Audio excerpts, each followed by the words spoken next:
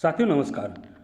विद्या संकल्प चैनल में आपका स्वागत है। आज है 4 अगस्त और 4 अगस्त से रिलेटेड जितने भी करंट अफेयर्स के क्वेश्चन हैं इस वीडियो में देखेंगे। आइए प्रारंभ करते हैं। पहला प्रश्न है, हाल ही में भारतीय रिजर्व बैंक ने अगस्त 2026 में कितने करोड़ रुपए का राज्य सरकारी प्रतिभूतियों की भारी नीलामी करने की घोषणा की है? तो यह है ऑप्शन सी इसमें सही है, यानी 26,850 करोड़ रुपए का। देखिए, आरबीआई ने अगस्त 2026 में विभिन्न राज्यों के विकासात्मक व्यय के लिए कितना 26,850 करोड़ रुपए की कुल अंकित मूल्य की राज्य सरकारी प्रतिभूतियों की नीलामी करने का निर्णय लिया है। चलते हैं आगे। अगला प्रश्न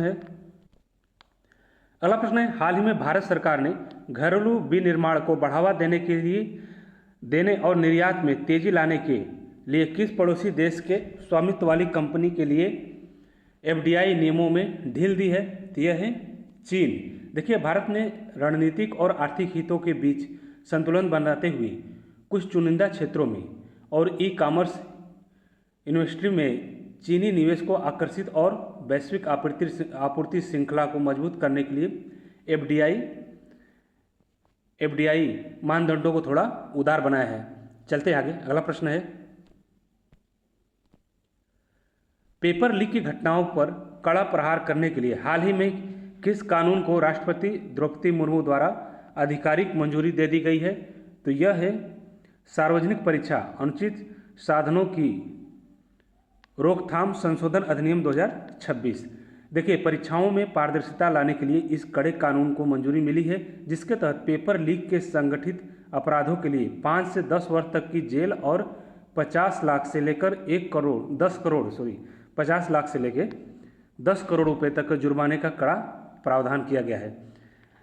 चलते आगे। अगला प्रश्न है, हाल ही में केंद्रीय मंत्रिमंडल ने तटीय और अंतर्देशीय जल निकायों पर फ्लोटिंग और सौर परियोजनाओं को बढ़ावा देने के लिए किस नई योजना को वित्तीय सहायता देने की मंजूरी दी है? तो यह है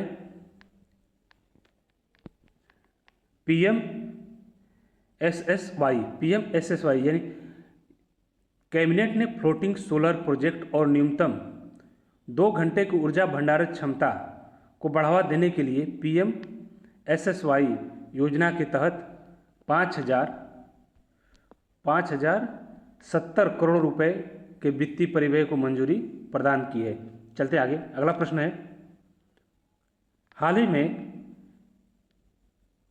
स्काई रूट एरोस्पेस द्वारा विकसित भारत के पहली निजी ऑर्बिटल श्रेणी के रॉकेट की लॉन्च विंडो अगस्त 2026 तक निर्धारित की गई है। इस रॉकेट का क्या नाम है? तो इस रॉकेट का नाम है विक्रम-1। देखिए, स्काई रूट एरोस्पेस ने भारत के पहले निजी तौर पर विकसित ऑर्बिटल लॉन्च व्हीकल विक्रम-1 की पहली उड़ान मिशन आगमन के लिए सतीश धवन अंतरिक्ष केंद्र श्रीहरिकोटा से लॉन्चिंग अवधि तय की है। आगे चलते हैं। अगला प्रश्न है, हाल ही में केंद्रीय युवा मामले और खेल मंत्री मनसुख मंडाविया की घोषणा के अनुसार 8वें खेलो इंडिया यूथ गेम्स 2026 की मेजबानी कौन सा राज्य करेगा? तय करेगा तेलंगाना राज्य। देखिए, केंद्रीय खेल मंत्री ने घोषणा किया है कि 8वें खेलो इंडिया यूथ गेम्स 2026 का आयोजन तेलंगाना में किया जाएगा, जबकि इसके 7वें संस्करण में मेजबानी बिहार में की गई थी। चलते आगे। अगला प्रश्न है, हाल ही में राष्ट्रीय अपराध रिकॉर्ड ब्यूरो एनसीआरबी के नए प्रमुख के रूप में किसे नियुक्त किया गया है? तो यह अमित गर्ग को देखिए, वरिष्ठ अधिकारी अमित गर्ग को राष्ट्रीय अपराध रिकॉर्ड ब्यूरो का नया निदेशक नियुक्त किया गया है। चलते आगे। अगला प्रश्न है, हाल ही में भारत के इतिहास में पहली बार किसी भारतीय राष्ट्राध्यक्ष ने किस देश की आधिकारिक राजकीय यात्रा की है, जो 1992 में द्विपक्षीय संबंध शुरू होने के बाद पहली यात्रा है? तो यह मोल्दोवा। देखिए, राष्ट्रपति द्रौपदी मुर्मू ने दोनों देशों के बीच द्विपक्षीय संबंधों और आर्थिक सहयोग को बढ़ावा देने के लिए मोल्दोवा गणराज्य का ऐतिहासिक दौरा किया है। चलते आगे, अगला प्रश्न है, हाल ही में अगस्त 2026 में संपन्न हुए ग्लासगो राष्ट्रमंडल खेल में स्वर्ण पदक जीतकर राष्ट्रमंडल खेलों के इतिहास में स्वर्ण जीतने वाली पहली भारतीय जूडो खिलाड़ी कौन बनी है? तो अस्मिता डे। अस्मिता डे, देखिए अस्मिता डे ने महिलाओं के 48 किलोग्राम वर्ग में जूडो मुकाबले में ऐतिहासिक प्रदर्शन करते हुए राष्ट्रमंडल खेलों में भारत को जूडो में पहला स्वर्ण पदक दिलाया। आगे चलते हैं, अगला प्रश्न है, हाल ही में जारी वैश्विक प्रसन्नता रिपोर्ट 2026 के कुल 147 देशों की सूची में भारत का कौन सा स्थान है? तो भारत का स्थान है 116वां। देखिए नवीनतम वैश्विक प्रसन्नता हैप्पीनेस सूचकांक में कुल 147 देशों के मूल्यांकन के आधार पर भारत का कितना नंबर रहा? 116वें स्थान पर रहा। चलते आगे, अगला प्रश्न है, हाल ही में किस भारतीय राज्य ने अपनी कला, संस्कृति और व्यंजनों को वैश्विक स्तर पर बढ़ावा देने के लिए अगस्त 2026 में पहली बार global heritage and food festival आयोजन करने की घोषणा की है? तो यह है उड़ीसा। उड़ीसा सरकार ने भुवनेश्वर में इस अंतर्राष्ट्रीय उत्सव के आयोजन का निर्णय लिया है, जिसका मुख्य उद्देश्य क्या है? राज्य के पारंपरिक शिल्प, हथकरघा और समृद्ध पाक विरासत को वैश्विक मंच पर प्रस्तुत करना है। आगे चलते हैं, अगला प्रश्न है, हाल ही में अगस्त 2026 में सतत ऊर्जा सहयोग को बढ़ावा देने के लिए किन दो एशियाई देशों के बीच ग्रीन हाइड्रोजन कॉरिडोर विकसित करने के लिए एक ऐतिहासिक समझौता हुआ है? तो यह भारत और जापान के बीच में। देखिए दोनों देशों के प्रतिनिधियों ने टोक्यो में एक उच्च स्तरीय बैठक के दौरान इस नवीकरणीय ऊर्जा परियोजना पर हस्ताक्षर किए, जिससे स्वस्थ ऊर्जा की आपूर्ति और कार्बन उत्सर्जन को कम करने में मदद मिलेगा। चलते हैं आगे, अगला प्रश्न है, हाल ही में घोषित राष्ट्रीय साइबर इंटेलिजेंस मिशन 2026 के तहत देश का पहला अत्याधुनिक केंद्रीय डार्क नेट निगरानी केंद्र कहाँ बनाया गया है? तो यह बनाया गया है हैदराबाद में। देखिए गृह मंत्रालय के सहयोग से हैदराबाद में इस विशेष केंद्र की स्थापना की गई है, जो डार्क वेब पर होने वाली अवैध गतिविधियों और वित्तीय धोखाधड़ी पर 24 घंटे नजर रखेगी। चलते आगे, अगला प्रश्न है, विज्ञान और नवाचार को बढ़ावा देने के लिए अगस्त 2026 में आयोजित होने वाले अंतर्राष्ट्रीय नैनो प्रौद्योगिकी शिखर सम्मेलन की मेजबानी कौन सा शहर कर रहा है? तो यह कर रहा है बेंगलोर। देखिए भारत की सिलिकॉन वैली कहे जाने वाले बेंगलोर में इस शिखर सम्मेलन का आयोजन किया जा रहा है, जिसमें दुनिया भर के वैज्ञानिक क्वांटम कंप्यूटिंग और बायोमेडिकल के क्षेत्र में नैनो टेक के अनुप्रयोगों पर चर्चा करेंगे। आइए चलते हैं आगे, अगला प्रश्न है, हाल ही में जारी सतत विकास लक्ष्य SDG भारत सूचकांक 2026 में लैंगिक समानता और भुखमरी उन्मूलन के मामले में किस राज्य ने देश में शीर्ष स्थान प्राप्त किया है?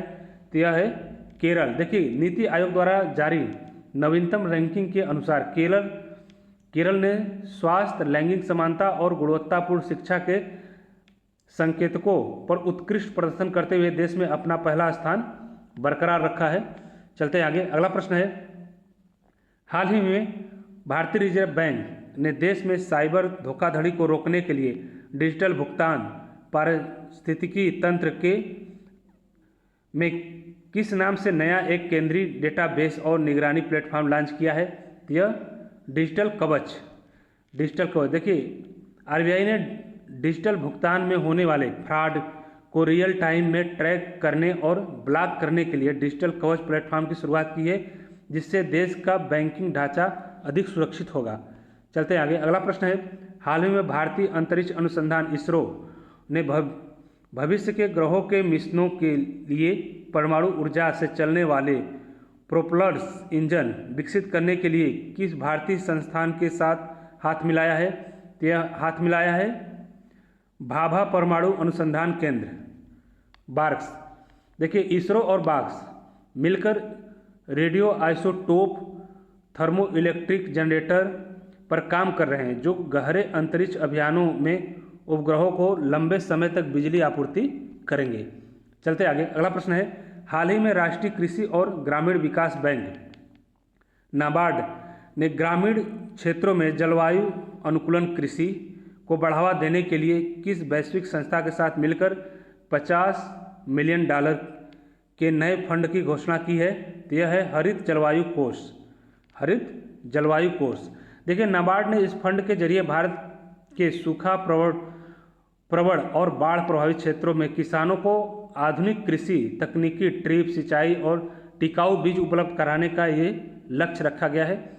चलते आगे, अगला प्रश्न है, हाल ही में अमेरिकी अंतरिक्ष एजेंसी नासा और इसरो द्वारा संयुक्त रूप से विकसित निसार उपग्रह मिशन के तहत पृथ्वी की क्रस्ट और बर्फ के चादरों में होने वाली सूक्ष्म बदलाव की रियल टाइम मैपिंग के लिए कौन सी नई रडार तकनीकी का उपयोग शुरू किया गया है?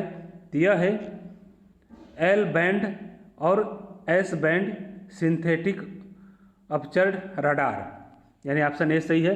देखिए, यह रडार तकनीकी घने बादलों और रात के अंधेरों को चीर कर पृथ्वी की सतह पर होने वाले 1 सेंटीमीटर से भी कम के बदलाव जैसे भूकंप, भूस्खलन के संकेत की सटीक तस्वीर लेने में सक्षम है।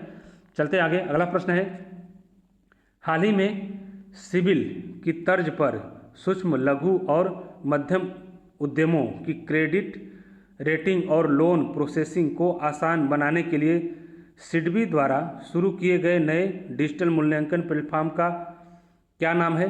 तो यह है उदर स्कोर। उदर स्कोर। देखिए, सिडबी ने छोटे उद्योगों को बिना किसी लंबी कागजी कार्रवाई के उनकी डिजिटल लेन देन हिस्ट्री के आधार पर तुरंत लोन स्वीकृत करने के लिए उदर स्कोर नामक एक एलआई संचालित प्लेटफॉर्म विकसित किया है। आगे चलते हैं, अगला प्रश्न है, प्रत्येक वर्ष 4 अगस्त को पूरे विश्व में वन्य संरक्षण और जागरूकता को बढ़ावा देने के लिए कौन सा अंतर्राष्ट्रीय दिवस मनाया जाता है? तो 4 विकल्प है, इसमें से ऑप्शन बी सही है, अंतर्राष्ट्रीय उल्लू जागरूकता दिवस, इंटरनेशनल आउल अवेयरनेस डे। देखिए, पारिस्थितिकी तंत्र में उल्लुओं की महत्व को समझने और उनके शिकार को रोकने के लिए प्रति वर्ष 4 अगस्त को, यानी आज के दिन, वैश्विक स्तर पर यह जागरूकता दिवस मनाया जाता है। चलते हैं आगे, अगला प्रश्न है, भारतीय सिनेमा के महान पार्श्व गायक और अभिनेता किशोर कुमार की जयंती किस दिन मनाई जाती है, जिनका निधन 4 अगस्त 1900 जिनका जन्म 4 अगस्त 1929 को हुआ था। तो इसमें ऑलरेडी आंसर दे दिया है, तो 4 अगस्त। देखिए, आभासी, बहुप्रतिभामुखी और भारत के संगीत उद्योग के लीजेंड किशोर कुमार का जन्म 4 अगस्त को हुआ था। कहाँ पर हुआ था? ये मध्य प्रदेश खंडवा में हुआ था, इसलिए इनकी जयंती इस दिन मनाई जाती है। चलते आगे, अगला प्रश्न है, समाज में अकेली कामगार महिलाओं के अधिकारों और उनके योगदान को सम्मानित करने के लिए प्रतिवर्ष 4 अगस्त यानी आज के दिन को कौन सा विशेष दिवस मनाया जाता है? ये 4 ऑप्शन है, इसमें से ऑप्शन सी सही होगा, एकल कामकाजी महिला दिवस। देखिए, अविवाहित, तलाकशुदा या अकेले ही अपने दम पर कैरियर और परिवार संभालने वाली कामकाजी महिलाओं के लिए संघर्षों को पहचान देने के लिए 4 अगस्त को यह दिन समर्पित है, यानी आज के दिन। चलते आगे, अगला प्रश्न है, हाल ही में केंद्र सरकार द्वारा देश के सुदूर इलाकों में बैंकिंग सेवाओं को विस्तार करने के लिए अगस्त 2026 में किस वित्तीय समावेशन अभियान के दूसरे चरण को शुरू किया है? तो यह है अमृत बैंकिंग अभियान। अमृत बैंकिंग अभियान। देखिए, सरकार ने देश के ग्रामीणों और जनजातीय क्षेत्रों में 100% बैंकिंग कवरेज सुनिश्चित करने के लिए अमृत बैंकिंग अभियान के नए चरण की शुरुआत की है। चलते आगे, अगला प्रश्न है, हाल ही में अगस्त 2026 में भारतीय सेना और श्रीलंका की सेना के बीच संयुक्त सैन्य अभ्यास मित्र शक्ति का नवीनतम संस्करण कहाँ आयोजित किया जा रहा है? तो यह आयोजित किया जा रहा है दियातलावा श्रीलंका में। देखिए, भारत और श्रीलंका के बीच आतंकवाद विरोधी अभियानों और सैन्य तालमेल को बढ़ावा देने के लिए संयुक्त द्विपक्षीय सैन्य अभ्यास श्रीलंका में आयोजित किया जा रहा है। चलते आगे, तो आज के लिए इतना ही, मिलते हैं अगले दिन अगले वीडियो में नए करंट अफेयर्स के क्वेश्चन के साथ। Thank you for watching.